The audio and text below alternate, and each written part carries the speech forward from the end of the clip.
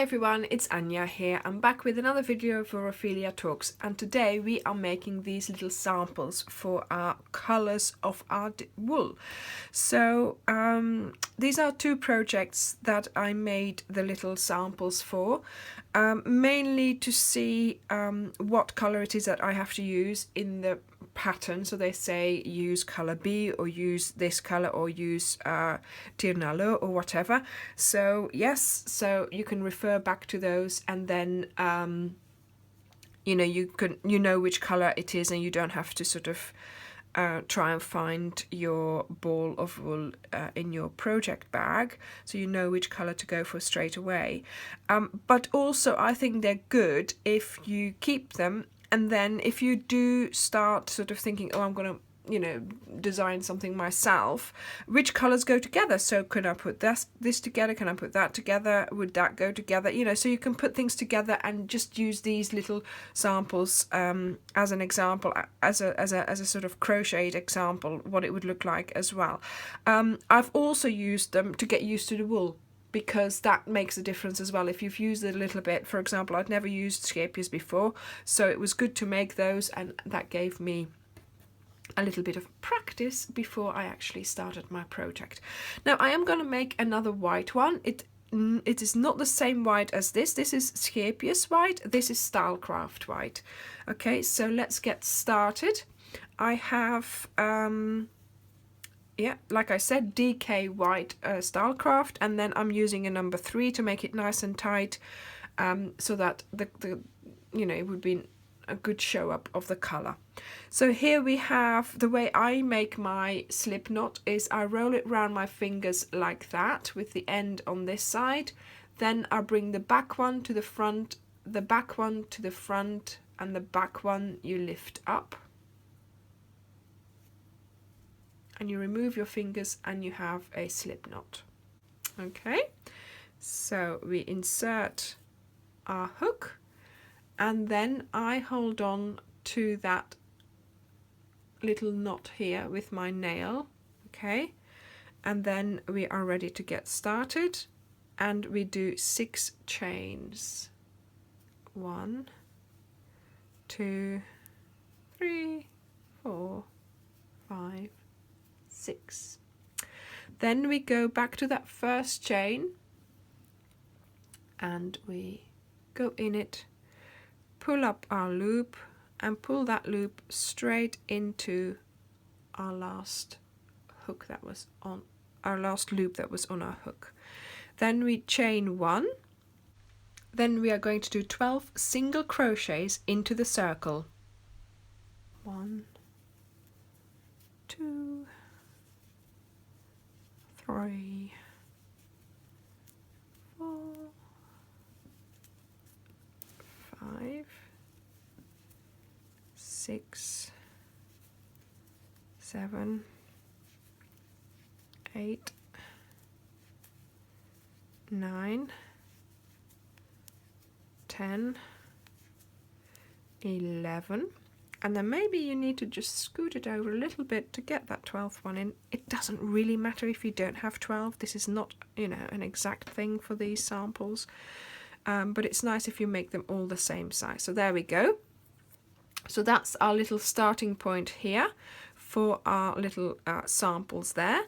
Now for doing double crochets in the next row, I always chain up 2 for a double crochet, because that's enough for me, but it might be that you need 3 chains, and then that all went out of my hands then.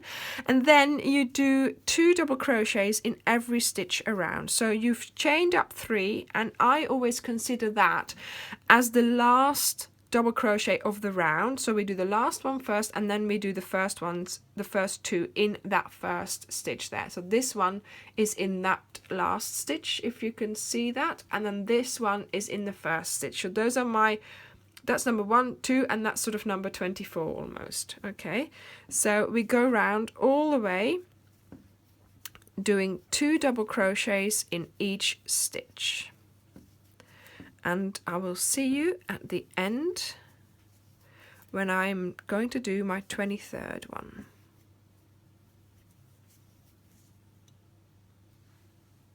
Okay, so here we are. I am now about to do my 23rd double crochet. There we go, so that's done. Then we go into that top chain there and we do a slip stitch to close the round. All right, so now we're doing the last row. So again, chain up and one double crochet in the one single crochet in the next stitch, 2 single crochets in the following stitch, 1 single crochet, 2 single crochet. So we're doing a normal single crochet in the next stitch, and then in the next stitch we're doing an increase. That means doing 2 in the same stitch. So 1 and 2. So, and that's how you go round the whole way until you get to the last stitch and you do a slip stitch again. We're almost there. So now we have increased our stitches by half. So before we did 2 in each stitch. This time we're doing 1 in one stitch and then 2 in the next. So 2 in the next now and 1 in the next. I mean, this is just a sample for us, for you to use. If you make a mistake, don't worry, but if you make them all the same, then they all have the same size, you see. I'm using a 3 hook, a number 3, because then for me that gives it a nice and tight feel, and I like that because then you see the color really well, I think. So it's nice to be able to actually, you know what it's going to look like once you've used it in your work. So I have been talking so much, I am now at the end of my row and I shall be doing my little slip stitch, and there we go, it's finished. Okay, so what you do then, I cut off and I tie these together with one of those labels. Now before I show you the labels, let me just show you the difference. I don't know whether you can actually see, but I can tell there is a difference between these two whites here in my lighting.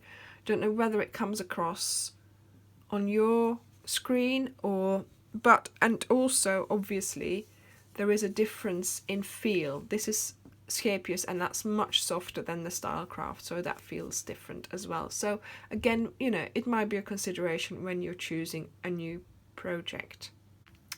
So we're now on to making our little labels. I have this little punch, and it cuts out that type of shape. So I cut out some from a piece of paper, right? Then I have a little hole punch, and I cut out a hole in the corner of that little label. Oh, that's not in a good place. Never mind, we'll do another one. Yeah, there we go. Okay, so this one then I put onto here, and then I write on that it's actually, the name of or the number or whatever it's called, and I tie it. I don't even darn in the ends, there's no need for that, because obviously we're just, making these as our little samples. And I'll cut that off, the long ends, but then here we have the one for our name, to write the name on. So that's what I do. I hope you enjoy making these. Thank you very much for watching, and I'll see you next time.